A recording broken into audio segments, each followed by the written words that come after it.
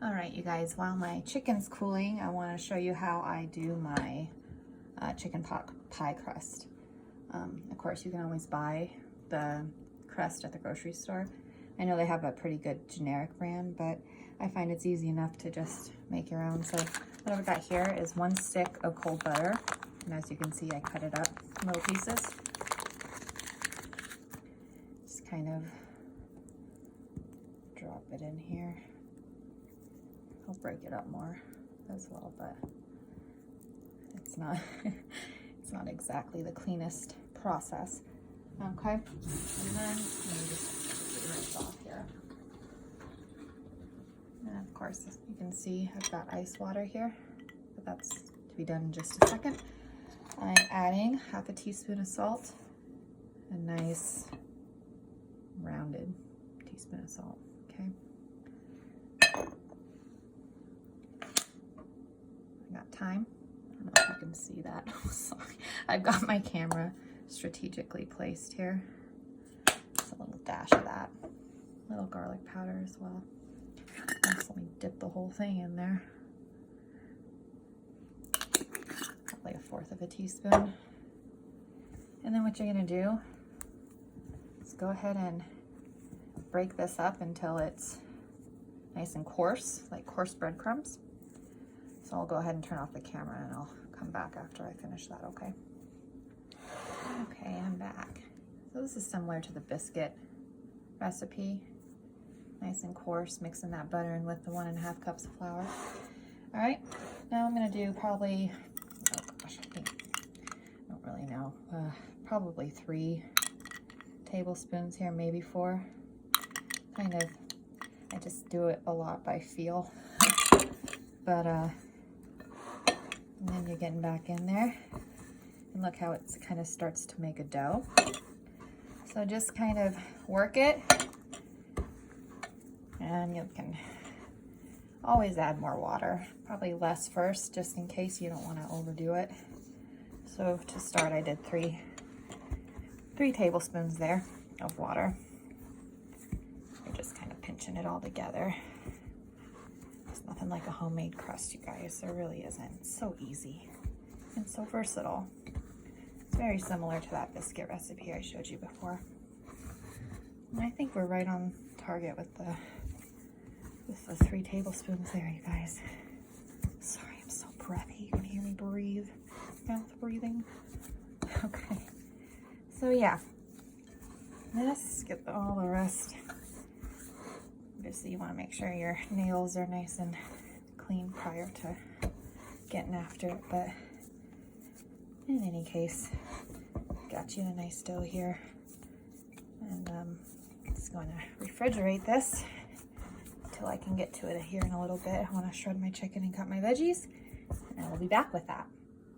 I got my chicken shredded, and then I have a standard Ziploc size bag of vegetables I cut. I got celery, onions, mushrooms, and carrots, but it's so versatile. You can really use whatever vegetables you prefer.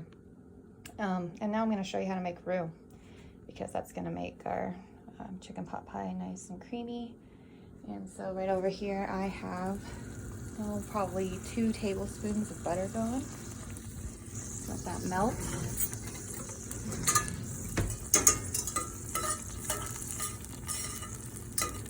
This melt, and then we're going to get our veggies in there and our chicken.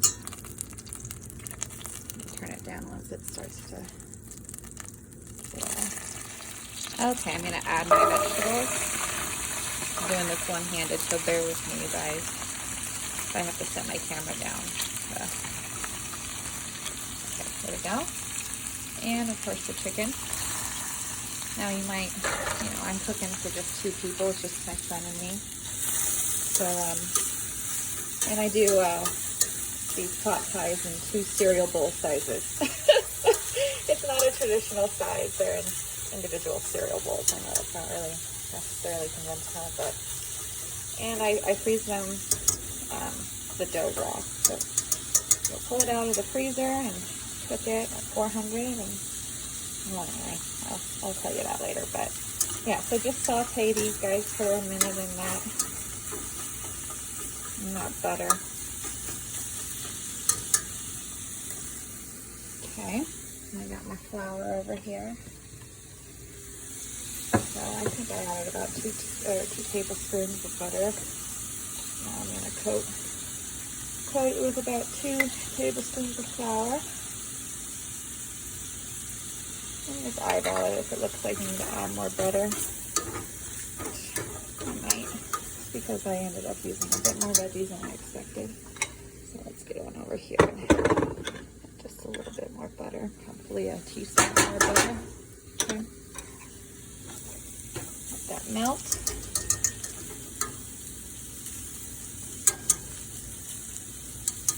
Let that get all nice. Okay. And then of course I've got my chicken broth here, and I've already added some salt to it. So, yeah, so once that flour hits it, you're cooking it for about a minute, just enough to cook off that raw flour, okay? Go ahead and add the chicken broth.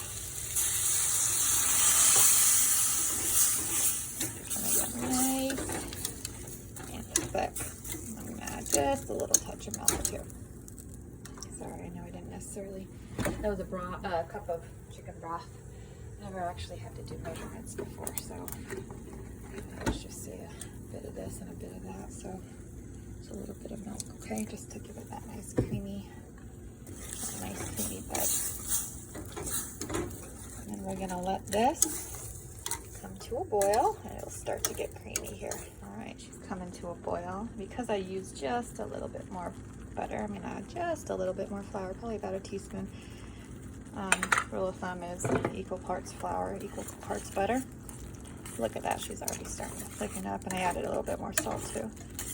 At this point you can add more thyme, or I wish I had rosemary, I don't.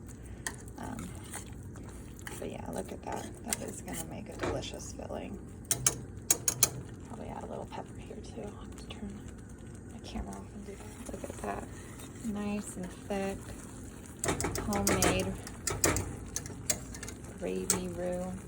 Okay, so the next step, just go ahead and turn this off, let it sit and cool. I'm gonna go ahead and put some butter in my cereal bowls before I put the dough in there. All right, so these are the cereal bowls I use, and it's basically just while they're in the freezer, basically using them as molds for my chicken pot pie. And once they're frozen, I'll plop them out, and because I'm gonna butter the bottom, they'll come out perfectly. And then you'll wrap them in plastic wrap and then foil, you know the drill, and then freeze them. So anyway, I've got this, my homemade. I'm gonna divide this into 4 equal parts because I'm gonna do bottom crust, filling, top crust. All right, all messy, so 4 equal parts. Again, if you have a scale to weigh, you can do that. I don't have, I mean, I do. I have a scale, I just never use it. Just kind of silly, so I just kind of do it based on weight. Okay. Each bowl gets 2 crusts, top and bottom crust. Feel. Looks like it needs a little bit more from here. So that's good. From here. And again, your roux needs to cool because we don't want it to partially cook the crust. Oh, we need to actually butter the bottom. I forgot to do that. So just a second. Yeah, use oil if you want, but I like to use butter. Okay. All right, so let's see here. So now I kind of form it into a ball, and then I'll flatten it into a disc, and then just kind of use my palm to expand the disc.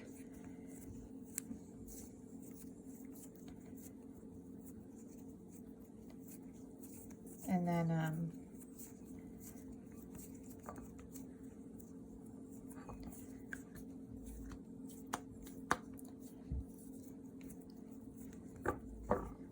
could also roll it out, but this is just a rustic, quick crust. And then just kind of flatten it into the bowl.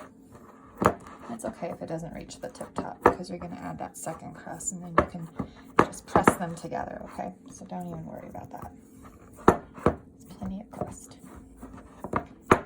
Okay, seems good. Let's move on to this guy. Do the same thing.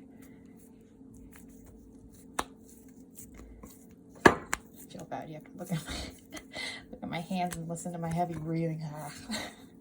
So anyway, I'm just kind of pressing it like I said earlier, but once you get it in the general shape, you can press it in here.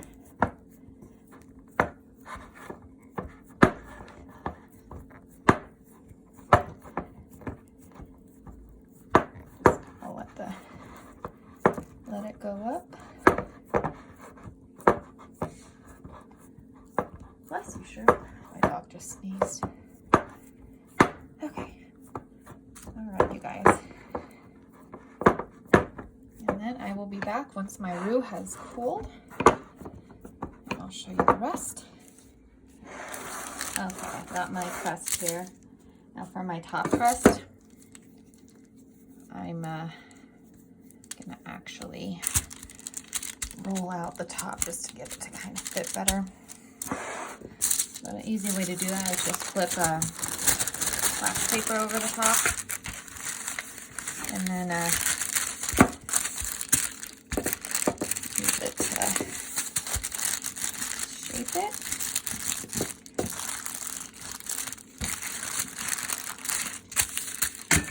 That way you don't even have to wash. Oh crap, that almost fell. That way you don't even have to wash the rolling pin. You just want this one to be a little bit wider than the bottom crust. Look at that. It looks so nice. It's so easy to make this, you guys. So if you've ever wanted to make scratch chicken pot pie, now's the time. You won't regret it. It's a little time intensive, but it's so worth it. I mean, that mix over there smells so amazing. And it smells even better when it's cooking. Okay, so it's about what you want. So, let me go ahead and grab my filling, and I'll just show you. I don't have to show you both, but I'll show you what I do. Check out this filling, you guys. Check out how thick that is. So I'm going to divide this evenly into both, and then I'll hit record again. Okay, as you can see, we have it divided into both. And then, I kid you not, just like this. And then you can kind of feel the top of that other crust. And when you do, just seal it. I'm going to have this in the freezer for several hours, probably at least, I don't know, a whole day. I'm pushing down on that crust because I know that other crust is lower, so I am making sure that we get a little bit of a good seal on it. Look at that bubbly deliciousness, like a homemade crust, you guys. Really good. I'm going to do that for the next one. All right, my second guy's ready for his top crust. And I just put the other one straight into the freezer. I didn't wrap it yet. Just want it to get hard for the next several hours. And really, when you're adding that crust, you want to take your finger along the edges and try to meet up with that bottom crust and pressing as you push down. That way it seals both crusts to each other, you know? Good stuff.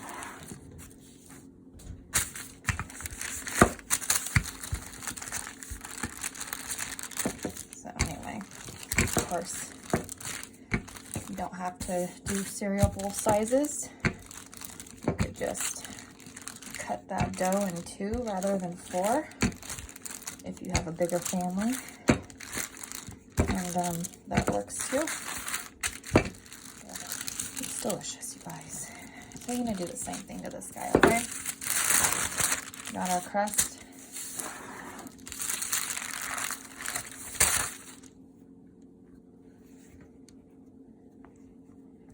And again,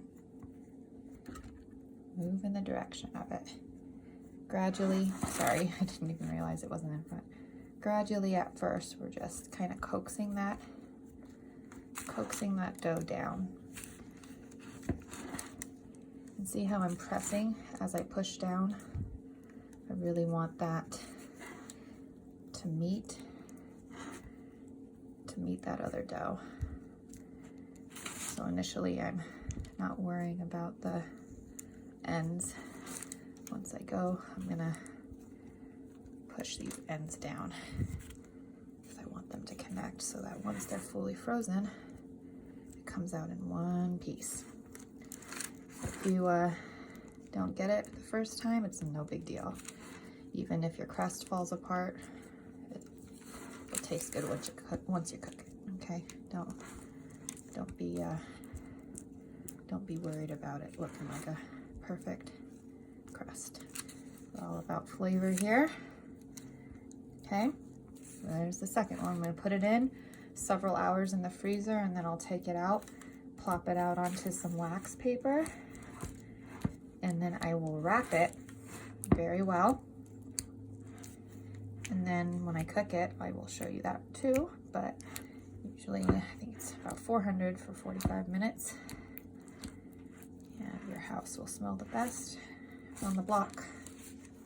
Okay, you guys, so my chicken pot pies have been in the freezer for several hours, and I'm just prying this out, and look how beautiful this is. So I'm gonna wrap this in plastic wrap and then in foil, and then put it in a brown paper bag, label it, and then I'll pull it out when I want it. Another way you guys can lift out your chicken pot pie rather than buttering your bowl is to actually just lay parchment paper and then lift it out. And that bowl still serves as a mold. But yeah, I was out of parchment paper with that first batch I made, but just wanted to show you the second way. Okay, you guys, here's the chicken pot pie straight from the oven. Had it in there for 45 minutes in a 400-degree oven. And it's perfect size for 2 people.